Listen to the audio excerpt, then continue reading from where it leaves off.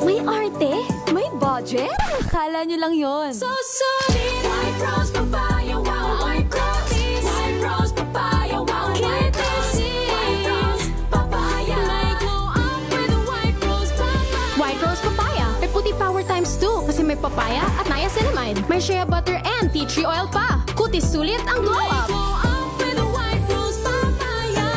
White rose papaya. Kutis sulit ang glow up. ACS. Wow, ang saya.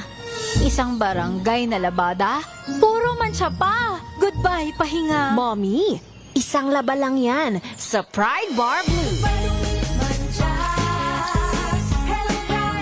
May powerful stain-away enzymes na malupit sa dumit mansya.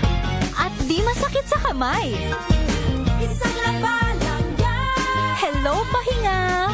Hello, Pride Bar Blue. ACS. Araw-araw, iba't ibang mga bagay na dapat pagtagumpayan. Ang subok kong partner ay MX3 Capsule.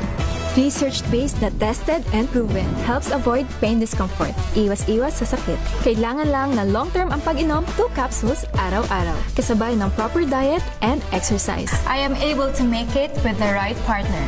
MX3, dito ako bilib! Mahalagang paalala, ang MX3 capsule ay hindi gamot at hindi dapat gamitin panggamot sa anumang uri ng Sa sakit. puso ng kalikasan, natatangi ang prutas ng mangosteen. Ito ay nagtataglay ng antioxidant compounds na alpha, beta at gamma mangosteen. Ang MX3 capsule ay isang food supplement na gawa sa natural na mangosteen. Ito ay tested and proven to help avoid knee joint pain discomfort para iwas-iwas sa sakit with long-term supplementation 2 capsules daily. MX3 capsule. Tunay, natural at original. Mahalagang paalala, ang MX3 capsule ay hindi gamot at hindi dapat gamitin panggamot sa anumang uri ng sakit. Amoy forever. Amoy LQ. Amoy New Cala Berry Blooms. Amoy Cala, amoy good vibes. Tinesting, sinuri, siniyasan. Ang resulta? Super effective ang Shield sa pagpatay ng bakterya at virus. Shield Antibacterial Soap. Believe ang mga eksperto sa Philippine Nurses Association. At si Mami. Tiwala ako sa Shield. Shield Antibacterial Soap. Napatunayang mabisa. Ang mga nurse, tiwala. ACS. Amoy forever. Amoy LQ. Amoy New Cala Berry Blooms. Amoy Cala, amoy good vibes.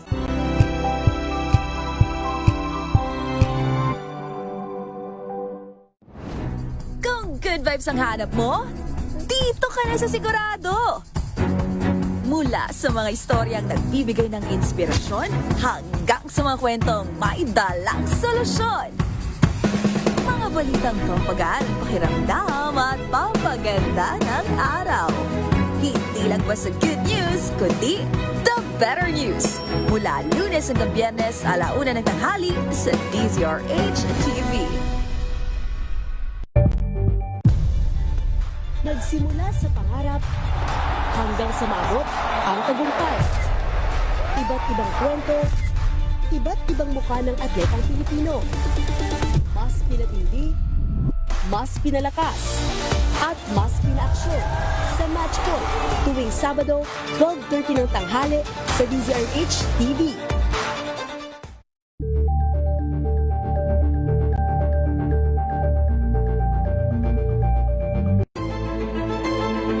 Pakikinggan ang bawat panig. When you fight for justice, think about the queer people. Kung hindi kami magkukwento, sino ang magkukwento para sa amin? Ang mga panawagan, ipababatid. Hindi talaga ito masusing pinag-aralan ng gobyerno. The women who are beaten and abused. It's time to listen to their voices. Tunghayan ang iba't ibang boses. Mga kwento mula sa iba't ibang anggulo. Dito lang sa Point of View. Mapapanood tuwing linggo, 12:00 ng tanghali sa DZRH TV.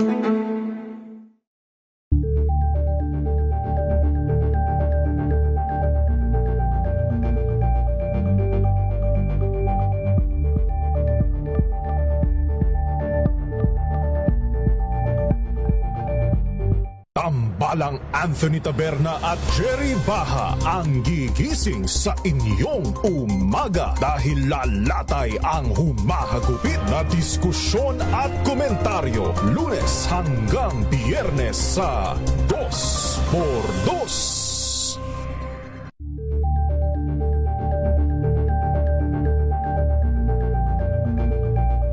Curious ka ba sa maraming bagay? Kami na ang bahala dyan. Aalamin, tutuklasin at bibigyang linaw namin ang mga katanungang bumabagabag sa inyong isipan.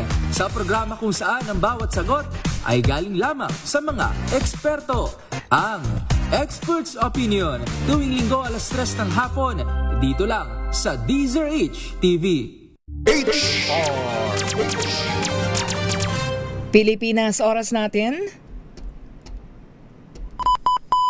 18 minuto makalipas ang 10:00 ng umaga.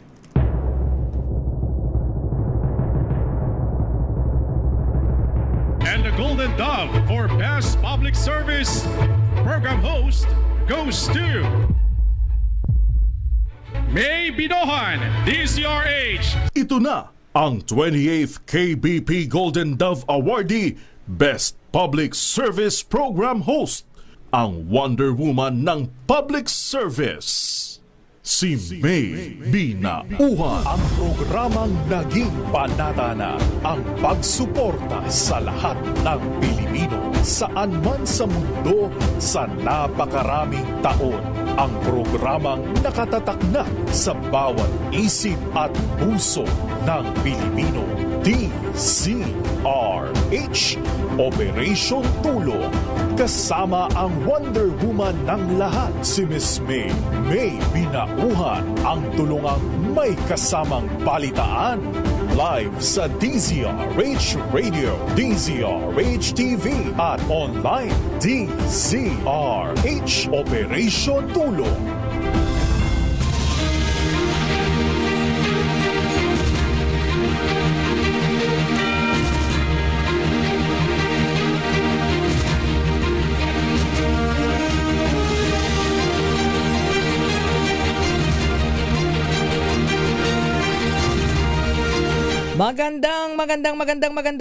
Magandang umaga po sa lahat po natin mga kababayan. Kumusta na po tayo?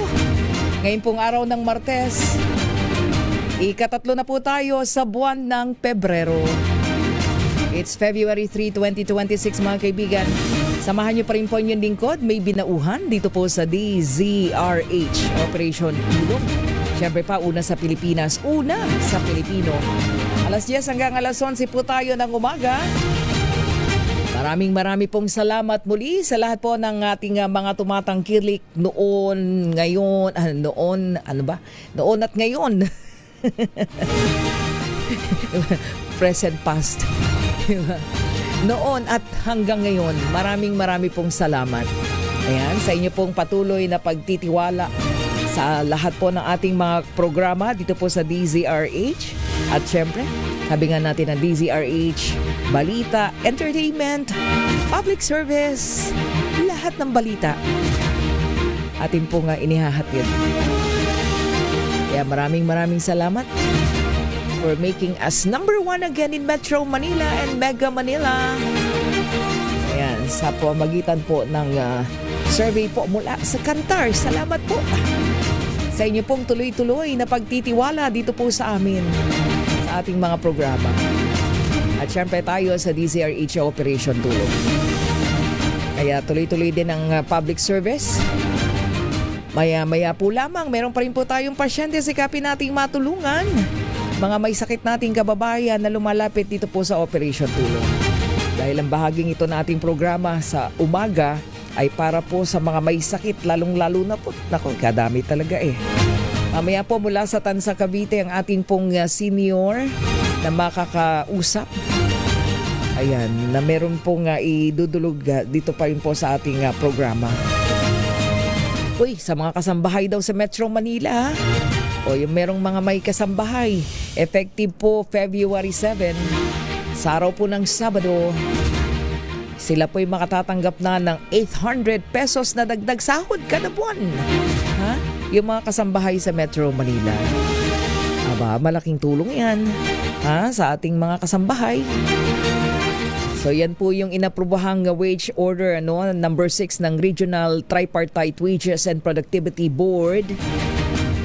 Ang NCR po yan, National Capital Region, na nagtataas sa minimum monthly wage ng mga household workers sa 7,800 pesos mula sa kasalukuyang 7,000 pesos. Ay, yung iba nga sumusweldo ng 10,000 eh. Diba? Ayan. Beyond minimum. Ayun naman kasi siguro dami-daming trabaho buong kanya, di ba? So, ang makikinabang po sa bagong wage order na yan, di ba? Sabi ng Department of Labor and Employment, higit sa 200,000 na mga kasambahay po na nagtatrabaho dito sa Metro Manila. Kasi parang yung huling taas sahod ng mga kasambahay sa Metro Manila, I think ipinatupag yun noong January 2025. So ito ulit. So 7,800 pesos. From 7,000 ang magiging minimum monthly sahod na po ng mga household worker. Yan Good news yan para sa ating mga kasambahay. Pero syempre, habang may tinataas may tinataas na sahod, tumataas din ng presyo ng produktong petrolyo. Ang taas laging higit piso, no? So, kanina po, marangkada daw yung higit pisong taas presyo sa produktong petrolyo, Ika-4 na sunod na linggo na tumaas ang presyo ng gasolina at ika-6 namang sunod na linggo sa diesel at kerosene. Yun lang. So, syempre, pagka tumataas yan, taas-taas din ang di ba? Chain reaction, chain effect. Hay, nako, buhay. Laban lang. Mga kaibigan, tuloy-tuloy na po tayo. Sandali lamang para mabigyang daan natin ang ating pasyente agad-agad. Puntahan muna natin. Unahin na natin at meron po tayong report muna. Ang Department of Public Works and Highways, kukunin daw po yung malalaking kontraktor para sa rehabilitasyon ng Maharlika Highway. Alamin natin ang detalye. Babalita ni RH29, Boy Gonzales. Kuya Boy G. May kukunin ng DPWH sa mga pinakamalalaki at reputadong kontraktor sa bansa para sa rehabilitasyon ng Maharlika Highway upang matiyak na dekalidad at mabilis ang pagkakagawa ng Maharlika Highway. Sinabi ni Public Works Secretary Vince Dizon na malalaking kontraktor ang kukunin ng DPWH para sa proyekto. Ito ay alinsunod sa direktiba ni Pangulong Ferdinand Marcos Jr. na tiyaking matatapos ang rehabilitasyon ng Maharlika Highway sa loob ng 2 taon. Sinabi ni Dizon na hindi nakukuha ng ahensya ng sa kontraktor at sa halip ay kukunin ng mga kilalang kumpanya gaya ng EEI at Mega World upang tiyakin ang matibay at maayos na pagkakagawa ng highway na itinuturing na economic backbone ng bansa. Dagdag pa ng Kalin, nagpahayag na ang interes ang ilang malalaking kontraktor na tumulong sa mga pangunahing proyekto ng administrasyon, lalo na ang daang Maharlika. Ito si Boy Gonzales para sa Arizona sa Pilipinas, una sa Pilipinas. Maraming salamat Kuya Boy G. Boy Gonzales. Yun naman pong ika-8 Asset Recovery Meeting ng ICI. Gagawin daw po yan ngayong araw ng Martes. Ibalita mo yan, RH15, Giselle Ricafort. Giselle? Lalarga na ngayon ang asset recovery ng Independent Commission for Infrastructure sa kabila ng mga ugong na malapit ng buwagin ng komisyon. Isasagawa yung ika-80 group nito. Ang na ng Taguig.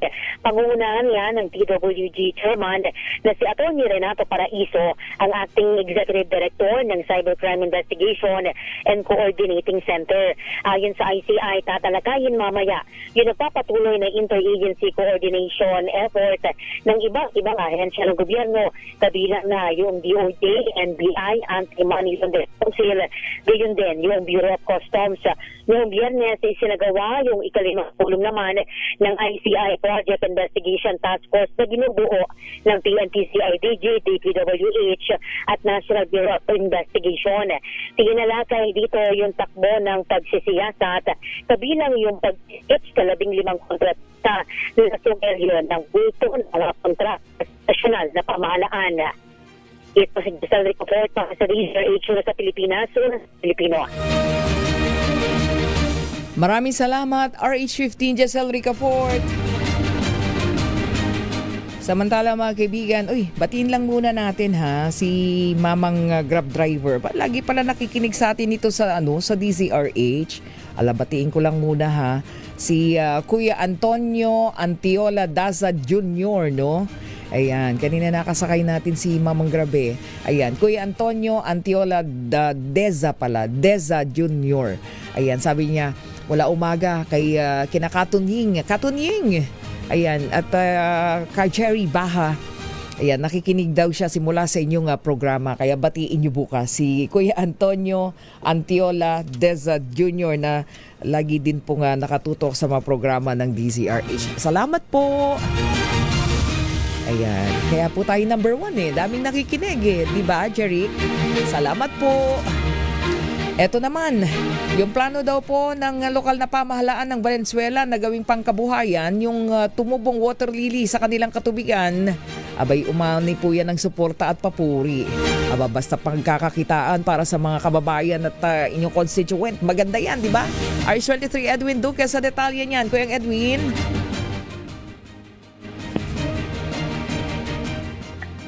Go ahead, Kuyang Edwin. Good morning, Miss May. Alam mo bang umami ng papuri kayo mula sa mga residente ng Valenzuela kung plano ni Mayor West Gatchalian makarangayat ito sa kanya na live issue na gagawin ng project ang dating water lily na tumubo sa mga katubigan dito sa Valenzuela City. Ay sa alkalde, kaysa itapon, pwede na lang gawing hanap buhay, lalo na may doon sa mga kababaihan na walang trabaho na pwede nilang gawin ito sa kanilang mga tahanan. Batid na ang mga water lily ay bumabara sa mga ilog at talo ng tubig dito sa lungsod. At ay gawin itong pangkabuhayan sa pamagitan na rin at paggawa ng ilang-ilang tulad ng bag, panig, kinelas at ayon sa mga residente nga dito Mispay ay pwede rin palang gawin itong uling. Sinabi ni Gatchalian na bumili na sila ng water lily cutter para masolusyonan at siyang iikot sa mga barangay upang tuloy-tuloy ang kanilang paglilinis. Hindi lang dyan sa Valenzuela Mismay, kung masilot itong napakarami rin water lily sa Malabon, abay, hindi maaari na itong pwede rin pangkabuhayan kaysa naman doon sa tungkulan na yung mga kababayan walang trabaho. Abay, magandang project ito kapag nasilit at gagawin din ito, lalo na may dito sa Malabon. Ako, napakagandang programa yan na livelihood, Kuyang Edwin, kung talagang susuportahan dahil napakarami man talagang ganyan sa sa Malabon na Votas Valenzuela, di ba? Dahil nga diyan sa yung dapat na fish pond, water lily na lang. Ano ba hindi ko pero panahon ni dating Senadora Villar, Oo, ang Senator Cynthia Villar, talagang yan di ba? Doon sa kanyang Villar Sipag. Di ba? Yan yung talagang programa na itinaguyod para maging livelihood nung hindi lang mga taga Las Piñas, yung lahat ng merong ganyan di ba? Natulungan alas sa kanya na ito bisa may ginaya. Kaya kung matutuloy na yung project ng Valenzuela, abay hindi na uutang-utang, hindi na pambaon-baon, ito sa bahay na talin mo yung tapos i-submit mo, tapos na-project mo, malaking bagay at makakatulong mo ito sa mga residente ng Valenzuela na walang mga hanap-buhay. Kahit may mga estudyante ba yan, pagka pinigyan mo kaya yung mga kaalaman ng nung mga taga Las Piñas para diyan. Alam mo dami nilang diyan. Dami kumbaga bihasa sila pagka pinag-usapan mo water lily, no? Water lily. Kasi dito lang kapag galing ka ng Pangulo, ng Palit. Tama. Water lily minsan. Ako mismo kapag nakikita ko, nag-iisip ako ano kaya magandang project nito na pwedeng pagkabuhayan. Kaya maraming natuwa doon sa pahayag ni Mayor West. Nag-internet na itatapos, gagawin na lang na pangkabuhayan, lalo na may nakikinabang yung mga kababaihan. Ayan, may RH23, ito kinagulang sa DZRH sa Pilipinas, una sa Pilipinas. Maraming salamat, Kuyang Edwin Duque. Ayan, mga kaibigan, standby lang ha dahil pupuntahan na natin mamaya ang Tansa Cavite kung saan meron po tayong pasyente, sikapin nating matulungan. Isa pong senior, no, si Nanay Asuncion de Galea 5, lumalapit po dito sa ating programa sa Operation Tulong. Tama-tama, meron akong nakita dito. Pakitake note mo nga ito, Ate Ellen. Doon sa ating live, merong humihingi ng tulong na nasa pangalan, yung account ay Yolch, baliktad siguro pangalan nito. Hindi ko tuloy mabasa eh. Basta si Yolch. Ma'am, sana po mapansin niyo po ako, ma'am, para lang po sa maintenance po ng biyanan ko. Wow, may lumalapit. Good morning po, ma'am. Sana mapansin po. Humingi po sana ako ng tulong medical para po sana sa biyanan ko na may heart failure. Po para sana sa oxygen niya at maintenance po. Ma'am May, malaking tulong po ito sa amin para matulungan niyo kami. Sige po. At siguro pa-send yung yung number. Sige po, si Ate Ellen ang bahala sa inyo. Ayan, batiin lang natin si Tofi Repusar. Good morning. Ayan, si Ka Jerry Sumagaysay. How are you today, Ka Jerry? Abang ating mga ating mga senior, Casa Tornino Laway. Sige, mga lifetime. Ayan, of course, maganda umaga Sir Anthony Hintalan Jr. Good morning din po sa inyo. Ayan, and then kay Anthony Abrenica, magandang umaga din po. Ayan, sa lahat ng mga nakatutok sa atin ngayon. Ayan, okay, standby lang po. Babalik po tayo. Oras natin, 34 na minuto na po, makalipas ang alas 10 ng umaga. DZRH Operation Tulong. Ang oras.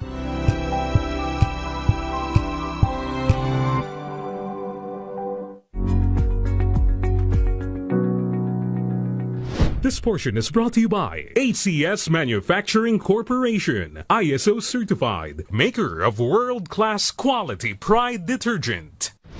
Kung Pinoy ka, paniguradong narinig mo na sa ibang tao na kapag daw nahulog ang pagkain at pinulot mo agad bago ang 5 segundo, ay ligtas pa rin daw itong kainin. Pero, gaano nga ba katotoo ang tinatawag nating 5-second rule?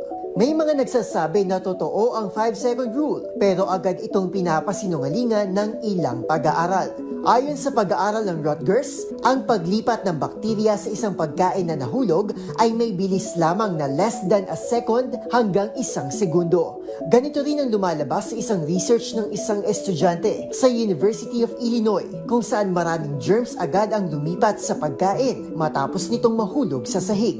Ibig sabihin, matapos mahulog ang isang pagkain ay hindi na ito safe na kainin pa. Nakadepende rin daw ang bilis ng transfer ng germs tulad ng Salmonella at E. coli sa moisture nito at sa uri ng surface na pinaghulugan nito. Halimbawa, kung ang pagkain mo ay mamasa-masa at malagkit at nahulog ito sa sahig, mas mataas ang contamination rate nito o mas mabilis ang pagkapit ng dumi kumpara sa dry at hard food na nahulog. Ayon naman kay Robert Romaine, isang food safety consultant sa Art Institute of California, itinuturing na marumi lahat ng surface at lahat ng lalapag dito ay itinuturing ng basura.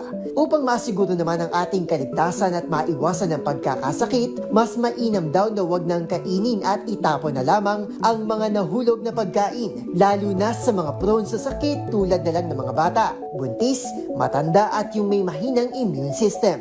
Pero kung wala ng choice, ay pwede rin naman daw hugasan muna ng maigi ang pagkain. Safety first nga, ika nga nila.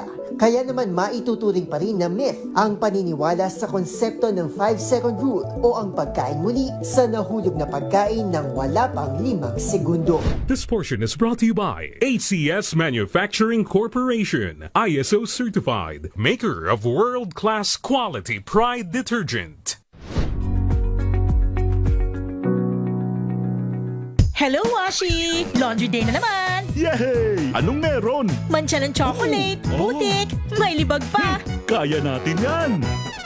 With Pride Washing Machine Detergent, may triple stain-away formula. Tanggal ang makapit, madikit, at malupit na dumit mancha. Kaya easy-easy ang labada. Mula noon hanggang ngayon! All you need is pride. All you need is pride. ACS. Jiggy Manikad po. Bilang isang broadcaster, mahalaga sa akin ang tamang impormasyon. Sa lahat ng bagay, kahit sa food supplement, mapanuri ako. Kaya dito ako sa subok ng MX3 capsule. Ito'y may alpha, beta at gamma mangosteen. Para sa akin, sigurado ako sa MX3 capsule. Dito ako believe. Mahalagang paalala, ang MX3 capsule ay hindi gamot at hindi dapat gamiting panggamot sa anumang uri ng sakit. Amoy forever. Amoy LQ. Amoy New Caleb Berry Blooms. Amoy kalat, amoy good vibes. May nagbago. May arte. May budget. Akala nyo lang yon. So solid. White rose papaya, wow, white rose. White rose papaya, wow, white rose. White rose papaya. May glow up with a white rose papaya. White rose papaya. May puti power times 2 kasi may papaya at niacinamide. May shea butter and tea tree oil pa. Kutis sulit ang glow up. Glow up with a white rose papaya. White rose papaya. Kutis sulit ang glow up. ACS. Amoy forever. Amoy LQ. Amoy New Caleb Berry Blooms. Amoy kalat, amoy good vibes.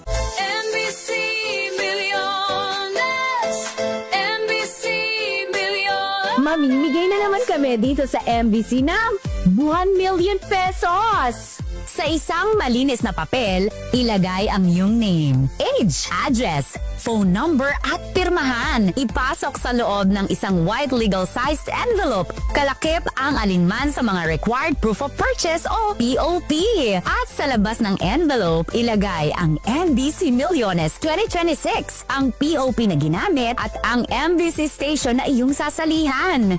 Ihulog ang iyong entry sa mga drop boxes na matatagpuan sa MBC station sa inyong lugar. DZRH, Love Radio, Yes FM, Easy Rock, Aksyon Radio. Pagkakataon na manalo ng hanggang 1 million pesos sa Grand Draw at libo-libo pa in cash prizes sa 10 weekly draws sa mga MBC stations nationwide. Dito sa MBC Milliones 2026. Sali na! MBC Milliones is brought to you by Pride Detergent, Smart Dishwashing, Shield Bath Soap, Unique Toothpaste, White Rose, Charm Fabcon, Star Wax Floor Wax, San Miguel Pale Pilsen. See posters or visit our Facebook page for more details. Promo period is from January 10 to March 27, 2026. DTI Fair Trade Permit number FTEB 244864, series of 2025. Drink responsibly.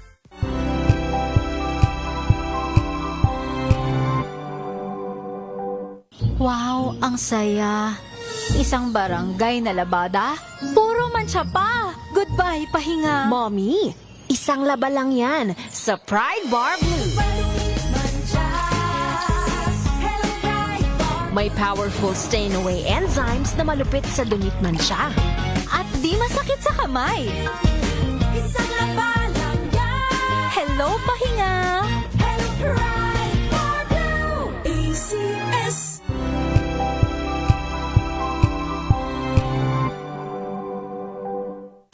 Maulan man, no worries na amoy kulong ang damit. Charm Fabcon. Bangong kumakabloom.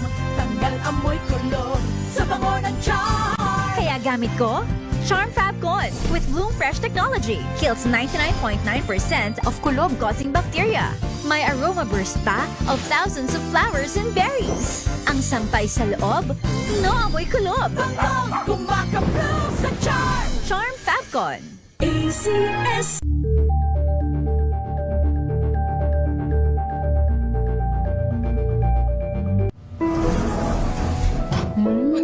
Amoy forever. Amoy LQ. Amoy New Caleb Berry Blooms. Amoy kalat, amoy good vibes.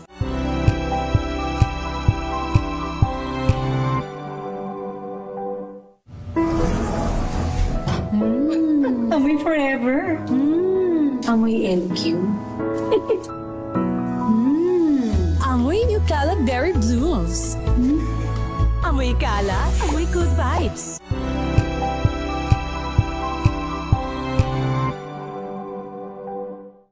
Maagang balitaan, maagang usapan sa mga issue at balita. Kasama si Kuya Angelo Palmones sa Magandang Umaga Pilipinas. Mula Lunes hanggang Biyernes.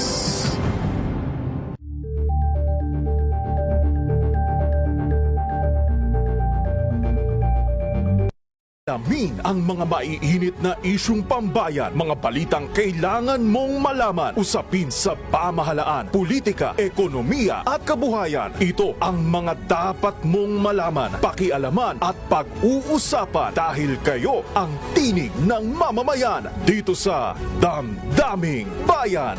Live sa DZRH Radio, DZRH TV at DZRH Digital. Kasama sinalakay Deo Macalma at Elaine Apit. Araw-araw, Lunes hanggang Biyernes. Damdaming Bayan.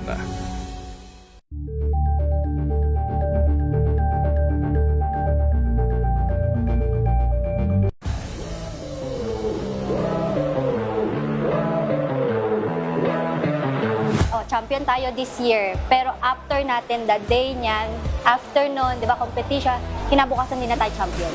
Ito yung pinakamagandang thing po ng ANU po is yung pressure po. Kumbaga, ginagawa naming privilege po. Laging sinasabi ng coaches, di na kayo champion after ng competition. So, ang nangyayari po, parang dahil nga focus kami sa team, focus kami sa journey namin and yung story na, kasi kada season po iba-ibang storya. 44 na minuto makalipas po 10:00 ng umaga. At ngayon mga kaibigan, tayo po ay dumako sa ating pong pasyente, ating bigyang daan yung kanya pong inilalapit sa pamagitan po ng kanyang, sino to, anak niya ba ito? Ang pasyente po natin si Nanay Asuncion de Galea 5, 66 years old, tagatan sa Cavite. Si Nanay Asuncion po ay meron pong asawa at 7 anak na meron na pong mga kanya-kanyang pamilya. No, dati po siyang gwardiya. Yung kanyang mister pala, yung dating gwardiya po yung kanyang mister at umaasa na lamang sila sa natatanggap na pensyon. So July 2023 po nagsimulang magmanas po yung parte ng katawan ni Nanay Asuncion, nahirapan siyang huminga at napansin po niya lumalaki yung kanyang tiyan. Nagpa-check up siya at nakita na meron siyang kidney failure. Binigyan siya ng mga gamot para sa sakit. Subalit noong pong January 2024, nagsimula na po siyang mag-dialysis. So 3 beses po sa isang linggo yung pang dialysis sa kanya. Subalit noong daw pong 1 linggo, nahirapang huminga at naging natutulala si Nanay Asuncion. Akala po nila na stroke. So at doon po sa laboratory test, x-ray, nakitaan na meron pala siyang pneumonia at kinailangang ma-confine.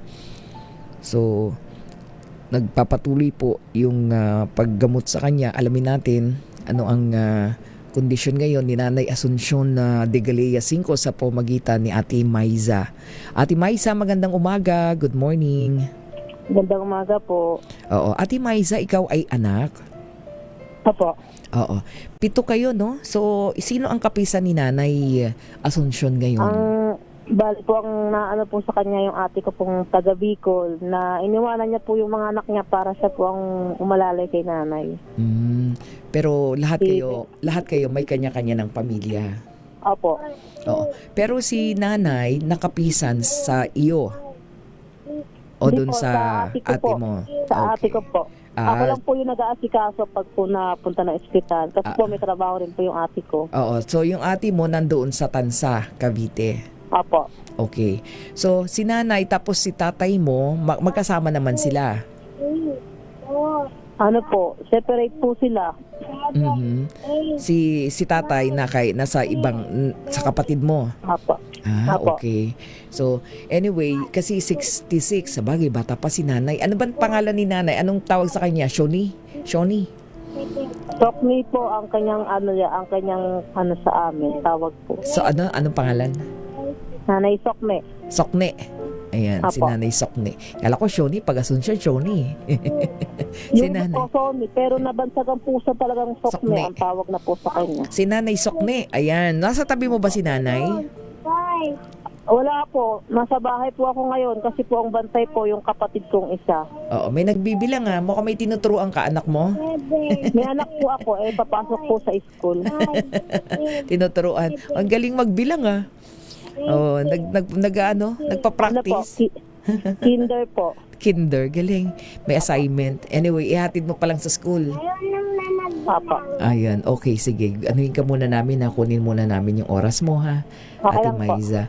Okay, so si nanay ay na-confine. Nakalabas na ba o nasa ospital pa? Hindi, naandun pa po. Saang ospital nga? Nasa ano po, 13 Emilio Aguinaldo General Hospital.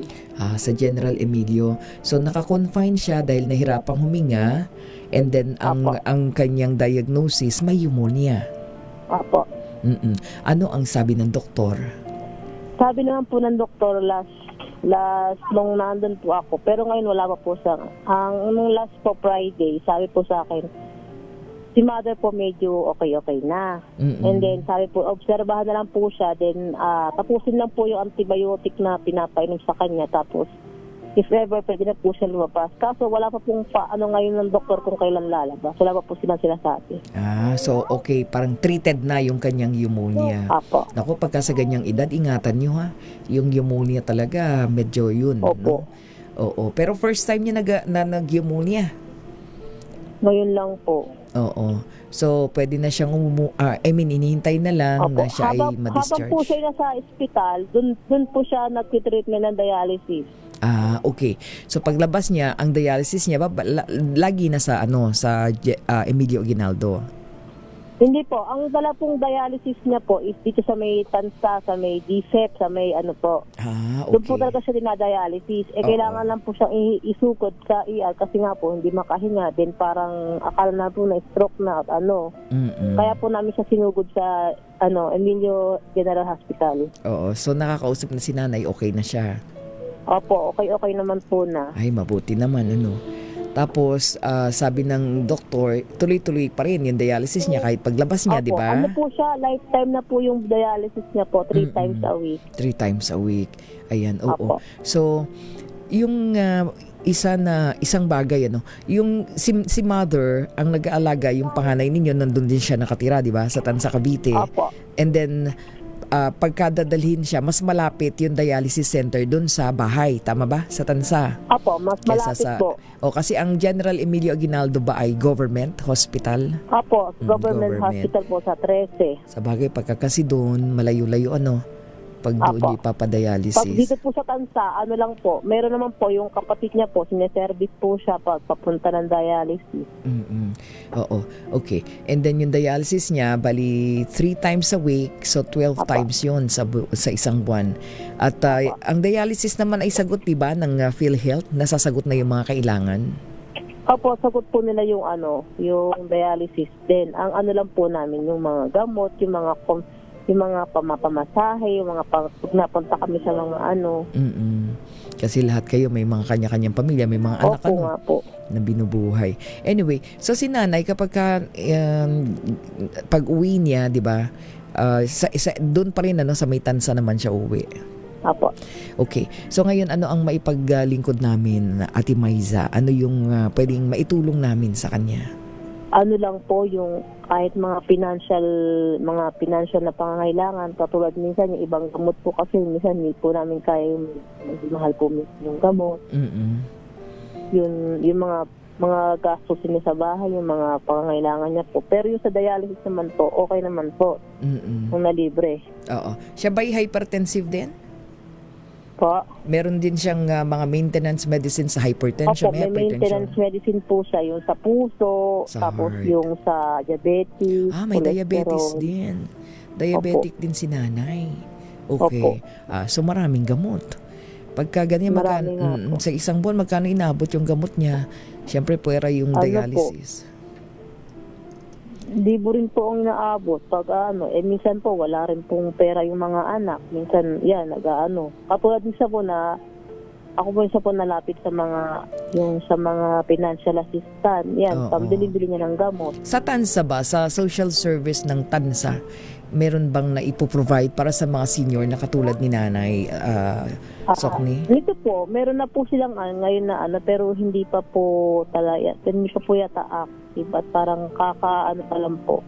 Kakabalik pa lang ng pondo. Opo. Oo, ganun yata, di ba? Ano pa Kaka-start lang. Ayun, so nakakalapit naman pala. Pero parang may variation. Parang every 3 months ba yon? Tama ba? Ano po, parang kasi ngayon nag-test na ngayon lang po kasi ako nakalapit dun. Ang balita ko po every 6 months. 6 months sa TANSA. Oo, so nakakapag-provide sila nung mga nasa reseta. Tas yun, mismong gamot na, no? Para sa po, ang provide po sa LGU, yung sa dialysis po, kumbaga, meron silang ibinibigay na, kasi po nitong last nakuha ko po, yung pinakauna ko pong kuha ngayon kasi hindi ko po kasi gaano pang alam 25K po. Then yung 20K po, i-surrender, namin sa dialysis. Then yung 5K para po sa gamot. Sa pasyente. Okay. So provided yung para sa dialysis. Ayun, at kahit papano meron, and yun yung nakukuha ninyo ng yearly. Yan ba yun? Every 6 months po. Every 6 months. Okay. Ayan, at least meron para sa mga senior. Malaking tulong na yun. Pero right now, nung nakaraan po, nung sabi kasi po nanay ko noon, ayaw niya magpa-dialysis kasi nga po, inisip nun, dati po kasi may bayad ang dialysis every session. Parang ayaw niya. Nung nasabi po sa amin sa 13, sa General Hospital na wala na pong babayaran kasi na po ng pincel. Yun, saka lang po pumayag yung mama ko magpa-dialysis. Kasi nga, hindi na po kasi kaya. Kasi pag sabi po ng doktor, pag hindi daw po siya na dialysis, pwede po siyang tubuhan. Buti nga po, naging libre na po yung dialysis. Ayun, oo nga. Kasi provided yan ng PhilHealth, di ba? Pagka sa mga treatment, katulad ng dialysis. So ngayon, ang pandagdag dun sa pambili ng mga gamot niya, no? Pang finansya mga gamit mga pangangailangan niya, tapos yung sa mga gamot. Kasi yung iba po kasi talagang mahal. Hindi po talaga maano yung ibang gamot. Sa bagay, si Nanay Sokni naman, hindi naman siya yung bedridden, di ba? Nakita ko nakakapag-wheelchair. Di naman siya yung bedridden, di ba? Kasi nakita ko nakakaupo sa wheelchair eh. Pero yung kapag niya yung emergency yan, hindi siya makatayo. Pag lalo, pero pag yun naman po, ginagawa niya, hindi lang po siya makatagal ng natayo na matagal. Sobrang na konting lakad-lakad, tapos upo na sa wheelchair. Oo. Ayan, nakita nga natin. Anyway, sige, ganito, Ate Maiza, bigyan natin ng Nanay Sokni ng 2,000 pesos galing kay sa pondo ito ng Senator Dito Lapid. Para maidagdag mo doon sa mga thank you po. Kailangang mabili pa niyang gamot. Okay. Ayan, galing kay Supremo. Ayan, pasalamatan. Salamat. And then, dagdagan natin another 2,000 pesos galing sa Manila Travelers, galing sa tropa ng Mayor Lacaydeo Macalma, yung mga mason. Ayan, dagdagan natin ng another 2,000 pesos. Ate Thank you po Maiza. ng marami. Salamat po. So, para sa makabili ka ng mga iba pang kailangan ni Nanay, no? Doon sa gamot niya. Okay? Sige pa. Thank you po ng marami. Bakit ka naiyak? Si Ate Maiza naiyak. Bakit Ate Maiza?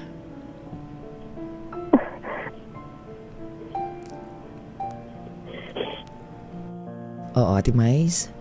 Okay ka lang? Salamat po ng marami. Okay ka lang? Okay na po. Sige, pasalamatan ng mga donor natin at tawag nito siguro para dun sa iba pa na maaaring tumulong sa mga pangangailangan ni Nanay Asuncion, pwede mong ibigay yung GCash mo siguro, no? Yung GCash account mo. Go ahead, Ate Maiza. Nagpapasalamat po ko sa mga, hindi ko na po kasi mabanggit kung sino yung basta. Magpapasalamat po ko sa mabubuting loob nito nila. Tumulong sa nanay ko. Para may pandagdag pambili ng gamot. Sobrang maraming salamat po. Sige, may GCash ba? Sige, announce mo yung GCash. Doon sa mga may mabubuting kalooban na nakikinig sa atin ngayon, pwede mag-share ng kanilang mga blessing, diretso na sa inyo. GCash mo ba yung 0965? Po. Oo, GCash mo ba yon? Yung 0965? Opo. Ha? Opo. O sige, Opo. paki-announce. Sabihin ko po yung number ko. Oo, sige. Yun ba yon? Opo. O sige, anong number? 0965-813-0185. 0965-813-0185. Nakapangalan sa'yo, Maiza. Opo, Maiza 5. 5. Ayan. Doon sa mga may mabubuting kalooban, pwedeng magpadala and any amount at mapagsama-sama para po makatulong sa mga pangangailangang gamot ni Nanay Asuncion de Galea 5. Okay, Ate Maiza? Pakisabi kay Nanay Asuncion, magpalakas ha? Para makalabas na. Thank you po ng marami. Pagpalain po kayo. Okay, maraming salamat. Salamat po. Sige, Ate Maiza, huwag ka na iiyak. Okay Ayan. po, thank you. Si Ate Maiza 5, parang nawala ng burden si Ate Maiza di ba? Ate Maiza, makadagdag dun sa mga panggamot ni nanay. Ayan. Si Ate Maiza de Galea 5 po na para kay Nanay Asuncion de Galea 5. Ano? Maraming salamat sa ating mga donor. Of course, Supremo Senator Lito Lapid, sir, at ang Manila Travelers. Thank you so much po sa inyo. God bless you. Mga kaibigan, babalik po tayo sandali lamang at tayo po ay magbibigay daan lamang sa ilang paalala. DZRH Operation Tulong.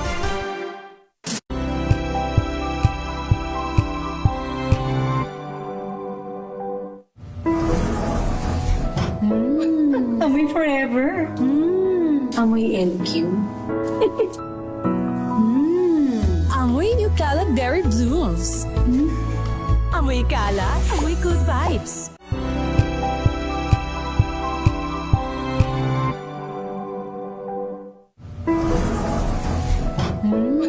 Amoy forever. Amoy LQ. Amoy New Caleb Berry Blooms. Amoy kala, amoy good vibes.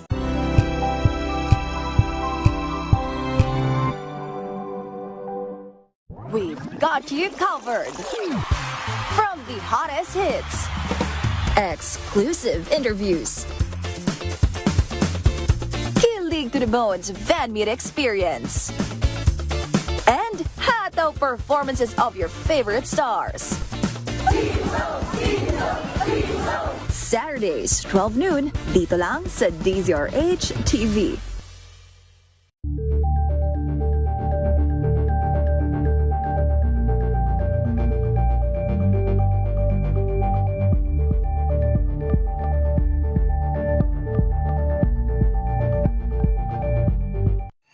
Mga balitang gigising sa inyong umaga. Mga balitang kailangan mong malaman. Mapapakinggan sa ACS Balita sa 2x2. Kasama sina Anthony Taberna at Jerry Baha. Lunes hanggang Biyernes.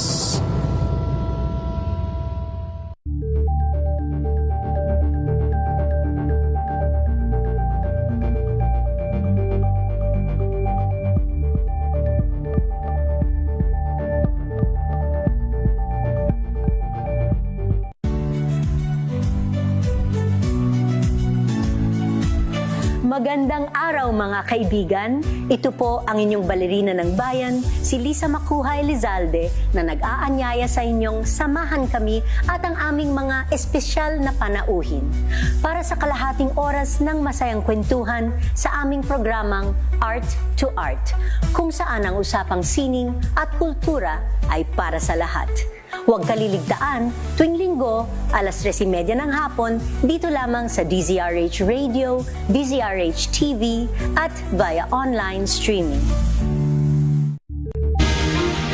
Balik po tayo sa huling bahagi po ng programa. Ang BOC daw po lumampas sa target ng kita sa Enero at nakakuha ng 886.8 million pesos na halaga po ng illegal na kalakal. Ibalita mo yan, RH29 Boy Gonzales. Boy, kay Boy G. Ate May, malakas ang simula ng Bureau of Customs ngayong 2026 sa Enero nakalikom. Sila ng 80.774 billion pesos, 513 million, higit sa target ayon sa ulat ni Customs Commissioner Ariel Nepomuceno. Kasabay nito na isagawa ang mga operasyon laban sa mga smuggling na nagresulta sa 66 na pagkakaaresto at pagsamsam sa 886.8 milyong halaga na illegal na kalakal. Kabilang dito yung illegal na droga na nagkakalaga ng 309 milyon. Mga sigarilyo at produktong tabako na higit 209 milyon. Mga sakyang na barko at elektronikong produkto na nagkakalaga naman ng daang milyon. Sinabi ni Nepomuceno at tagumpay nito ay bunga ng sipag ng mga tauhan ng Customs sa pagkikisa ng mga katuwang ng ahensya tulad ng Philippine Coast Guard, PDEA, NBI, Philippine National Police at Highway Patrol Group. Ito si Boy Gonzales para sa Lisa Arizona sa Pilipinas. Maraming salamat, RH29 Boy Gonzales. Batiyan lang natin ka Roger Bruno. Aba naman. Ayan, si ka Roger Bruno. Magandang umaga kay ka Ernie Cadelino. Aba, mataga Batangas. O, sabi ni Willie Relador. Ha? Watching daw. Dito sa Gapan. Napunta na ba ng Gapan City si Willie Relador? Ayan, si Honey Villaganas. Ayan. Oh, another, Ate Ellen Makisuyo.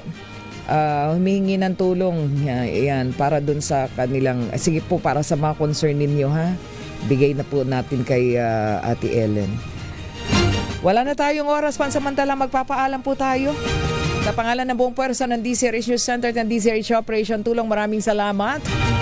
Of course, nandyan si Asa Gabriel, si Elian Jacinto, maraming salamat kay Jeric at kay Het at sa RHTV. Muli, ako po si May Binauhan. Siyempre pa, una sa Pilipinas, una sa Pilipino. Babalik ako mamaya, alas 3 hanggang alas 4 ng hapon sa Public Service Hour. Susunod na po, inabangan yung drama Love Story, Ikaw Lamang sa Buhay Ko. Oras natin, 4 na minuto makalipas po alas 11 ng umaga.